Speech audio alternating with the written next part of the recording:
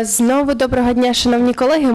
Good afternoon again, dear colleagues. We continue our working day, and as usual, at this time, Colonel Andriy Lysenko with the information about the situation in the east of Ukraine. The floor is yours.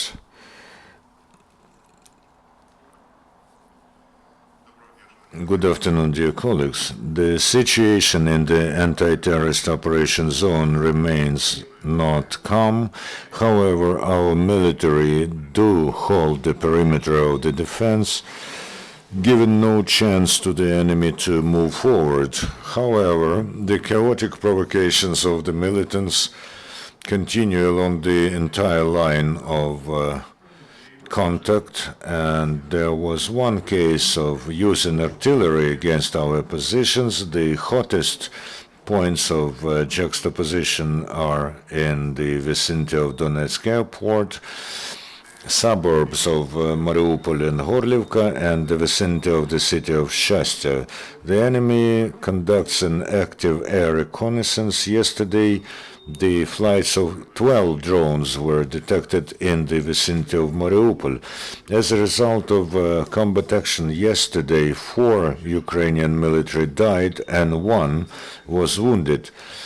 Besides, in the vicinity of settlement Shirokina, as a result of violating traffic rules, the Ukrainian military vehicle exploded on the mine, as a result of which 2 Ukrainian military died and 1 was wounded. We call upon all the local residents to adhere to the rules of movement in the anti-terrorist operation zone and choose only safe routes. The Ukrainian engineers are demining dangerous ordnance. In the vicinity of Mariupol in March, over 40 projectiles of 82 to 300 millimeter caliber were diffused. Also, 150 kilometers of autoroutes were checked. In the village Katerinivka, Popasna district, Luhansk region, the Ukrainian power was officially restored. This village is on the very line of demarcation. However, according to the Minsk agreements and the Ukrainian law about the special order of local self-government in some districts of Donetsk and Luhansk region, and the attachment to it belongs to the territory that has to be under direct control of the Ukrainian power authorities. Local residents are also in patriotic mood. According to intelligence, because of the deteriorating financial provision and the fall in moral and psychological state in the ranks of illegal armed formations, the internal contradictions become sharper between militants. One of such episodes happened on the road checkpoint of illegal armed formation in the village of Krasnoarmysk in Novozovsk district, Donetsk region, on the occupied territory, where there was a quarrel between the militants that grew into fighting with the use of small firearms. The head of the volunteer Ukrainian Corps, Dmitro Yarosh, was appointed the advisor to the head of the General Staff of the Armed Forces of Ukraine, Colonel General Viktor Mushenko. The Chief Commander of the Armed Forces and his new advisor emphasized that the most important thing for the military is their unity in the fight for independence and territorial integrity of Ukraine. Yesterday in Lviv region, the training of our commandos took place. The winged infantrymen have performed firing, and they also went through combat adjustment of a reconnaissance company. The Ukrainian army was augmented by 200 military servicemen who yesterday took an oath of allegiance at one of the training grounds in Mykolaiv region. Our law enforcers are detaining militants and their betters at one of the road checkpoints in Luhansk region. Our bodyguards have detained 2 militants. They were moving from the occupied territory, and one of them was with evident signs of being beaten up. The detained ones were active participants of the illegal armed formations and had respective certificates. The men said that they wanted to move to the territory controlled by the Ukrainian authority because the leaders of the bandits were beating them and did not pay them money.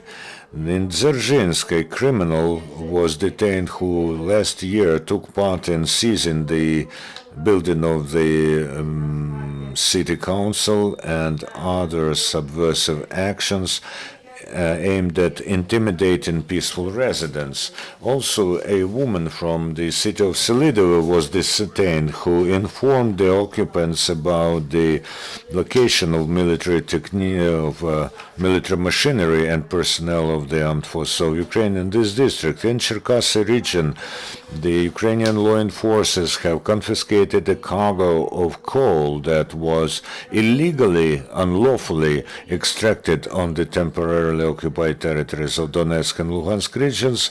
A private enterprise from Cherkasy was buying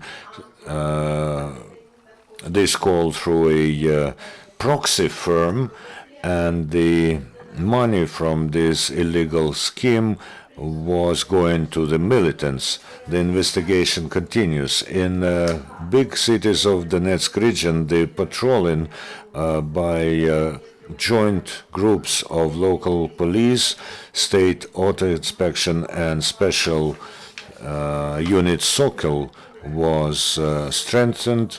They also strengthened the interaction with military commandants' offices. They have to check the rules of wearing uniform and insignia, the rules of behavior and professional ethics. 6 servicemen from the criminal police of Vinnytsia region came back home from the east of Ukraine. They were looking for criminals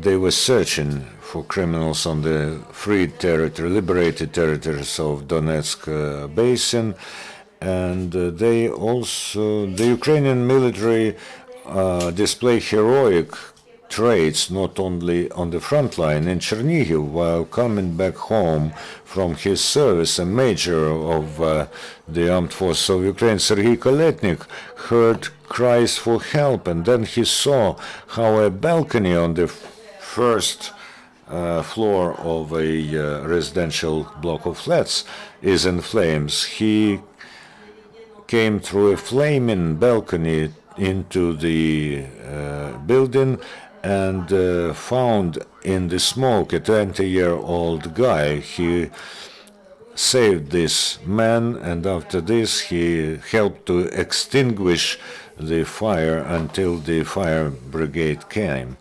He used to serve in Crimea, but after the Russian occupation he came to the mainland Ukraine, and he now serves in Chernihiv.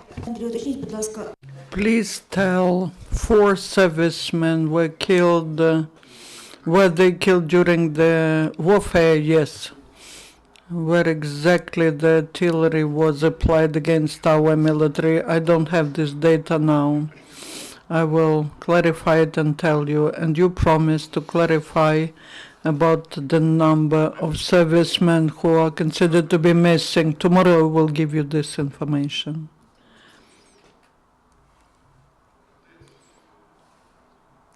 And where were these 4 killed? We don't have the data by regions. It's all just the total figure. And in Katerinivka, you say that the Ukrainian authorities are back, but are there any local population? Yes, there are. Once you have no more questions, thank you. And tomorrow at 12:30 will be the next briefing of Colonel Lysenko, and our next briefing is at 1:15.